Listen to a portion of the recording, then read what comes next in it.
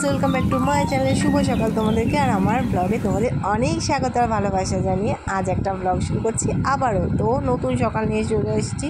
ঘর দোর গোছানো প্রায় কমপ্লিট, এদিকে ঝাড়টা দিয়ে নিলে আমার ঘর দোর গোছানো কমপ্লিট হবে। আর এই যে আমার ফ্যানটাকে দেখছো, আমার ফ্যানটার খুব দুরবস্থা।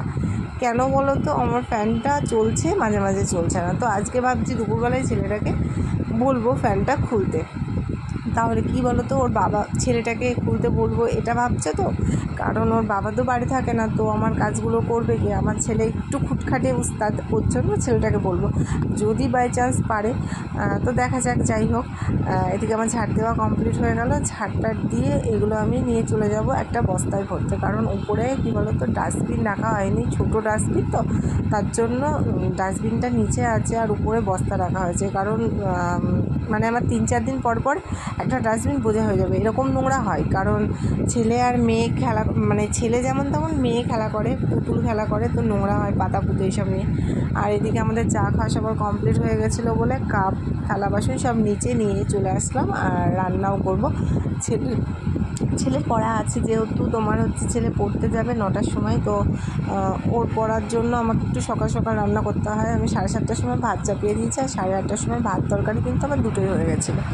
তো যাই হোক, কী বলো তো, সবসময় তোমাদের সামনে আসতে ভালো লাগে না, ভয়েস ওভার দিতেই বেশি ভালো লাগে। কারণ সামনে এসে কি বলবো বুঝতে পারি না, আর ভয়েস ওভার দিলে ওটা মনে হয় না সে সামনের থেকে তাকানো, বা তোমাদের সামনে এসে কি বলবো ভ্যাবা চাকা খেয়ে যাবো।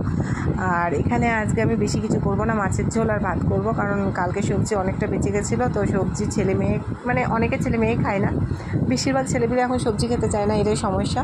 তবু কিছু করে নেই। আর আমার ছেলের ভিটামিন ডি প্রচণ্ড কম, তবুও বলে বলে সবজি খায় না। ওর বাবাকে একটু ভয় পায়, ওর বাবা যদি আসে তখন মানে একটু সবজি টবজি খায় আর কি। বাকি টাইম কি বলো তো, বলেও খাবে না। আর ছেলেমেয়েকে মারতে কতক্ষণ ভালো লাগে বলো। যাই হোক, এদিকে মাছের ঝোল আমি বানিয়ে নিলাম। তো মাছগুলো প্রথমে ভেজে নিয়ে মাছের ঝোলটা বানালে আমার তরকারি কমপ্লিট হয়ে যাবে, তারপরে আবার ছেলেকে খেতে দিতে হবে। আর আগেই বললাম যে বাবা অসুস্থ, বাবাকেও সেই একই ব্যাপার, বাবাও কিন্তু সবজি ভালো খায় না, খাওয়ার মধ্যে আমি আর মাই খাই। তো মাছের ঝোল আমার এদিকে ফুটে গেছে, মাছগুলো আমি মাছের ঝোলের মধ্যে দিয়ে দেবো, ব্যাস। তারপর ছেলের জন্য একটা মাছ ভাজা রেখে দেবো, ছেলে আবার মাছ ভাজা ছাড়া ভাত খেতে চায় না। আর মেয়ের কোনো সমস্যা নেই, মেয়ে মাছ মানে ঝোলের মাছ হলেও খায়, ভাজা মাছ হলেও খায়।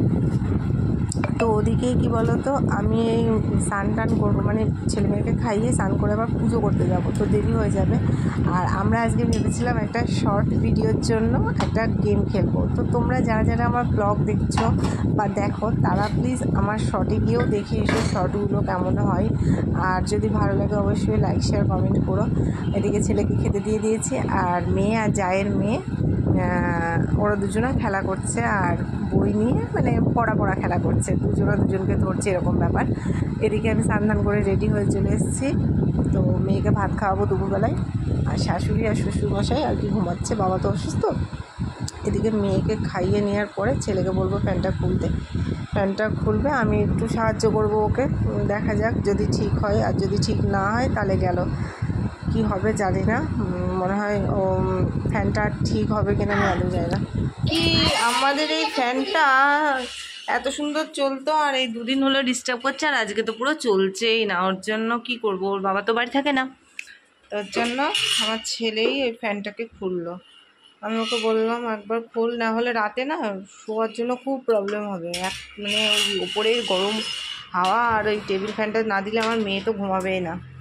আর দুপুরবেলায় ওকে ঘুম পাড়াবো, তো ও ঘুমালো না, বলছে দাদা ফ্যান খুলবে, আমি দেখবো।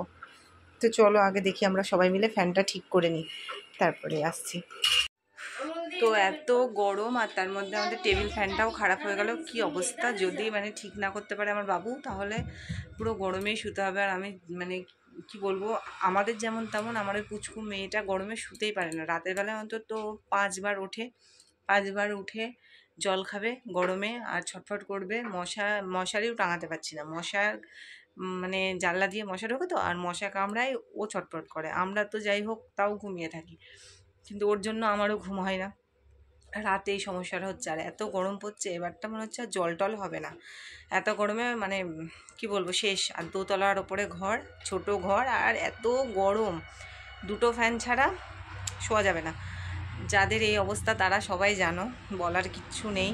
আর কিছু মানুষের টিনের ঘর তারা অন্তত ভালো আছে, দুপুরবেলাটায় গরম কিন্তু রাতের বেলায় টিনের ঘর প্রচণ্ড ঠান্ডা হয়ে যায়। আমাদের সেক্ষেত্রে সেটা হয় না, হাওয়া দিলেও তো ভালো, আর না দিলে অতিরিক্ত গরম। রোদের ইয়েটা দেখো, এই দেখো কী হারে বিছানায় এসে রোদ পড়ছে। আর সকালবেলা সব গোছগাছ করলাম, মেয়ে সব ভেলাবেলা করেছে এই এত গরমে, প্রচণ্ড গরমে ভালো লাগছে না বারবার গোছাতে।